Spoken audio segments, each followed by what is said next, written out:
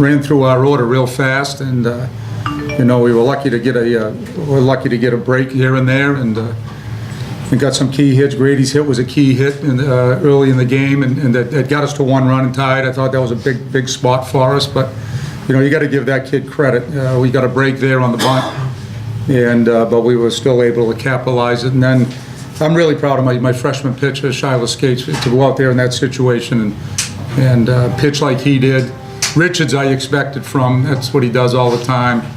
But Skates was certainly a guy that I'm really proud of.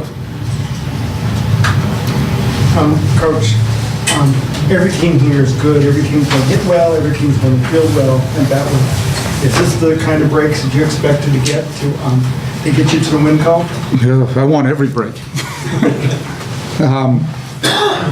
To win a national championship, you need to be good, and you need to hit it with opportunity. You need to pitch in the clutch, and you do need a break or two here and there in a tournament.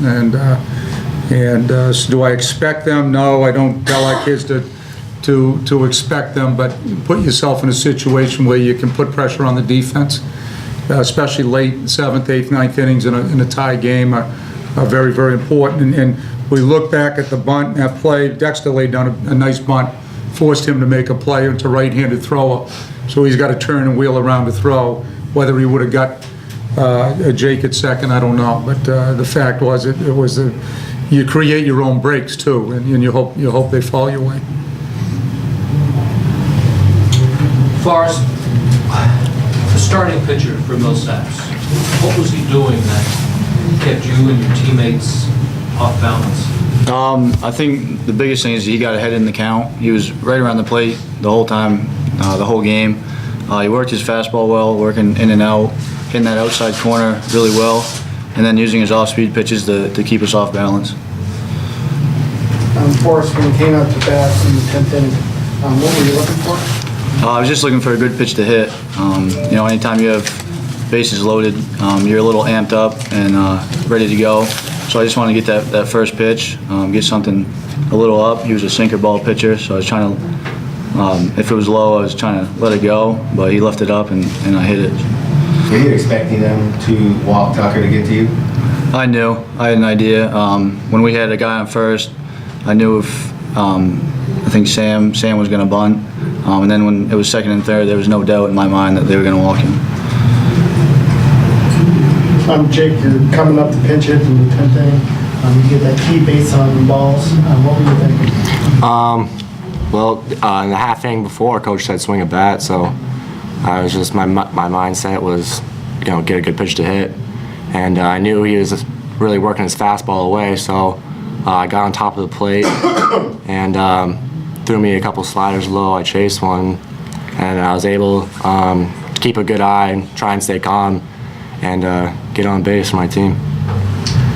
Coach, the pitch out on the sacrifice, obviously that all happened. You got the meeting with your infielders. He's talking to his players. It's one of those chess moves that baseball swings for. Why, can you take us through what you were thinking and why you called for the pitch out at that moment? Well, it's an obvious bunt situation, and Andrew is pretty easy to bunt on. He sinks the ball. We obviously run a play to trap both infielders and try to get the guy at second base.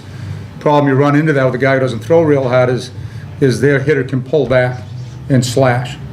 Yeah, I shouldn't say this, I guess, but my thoughts were, I don't want him to slash, so I'm going to see if we go throw a pitch out there, if we throw a pitch out, and they may take that slash off and go back to the bunt when we can trap it. Not realizing that the kid would run from first. So they had some kind of my guess is they had a slash and run on. And I just thought we had a pitch to work with.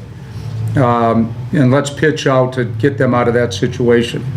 And it worked so that they ran. I mean, Matt's been right on all year throwing guys out at second base. So it was a little bit of back and forth, and when we were fortunate enough to get the out there at second base. My son Ryan texted me after the game, said, "Who called the pitch out?" I said, "What do you think?"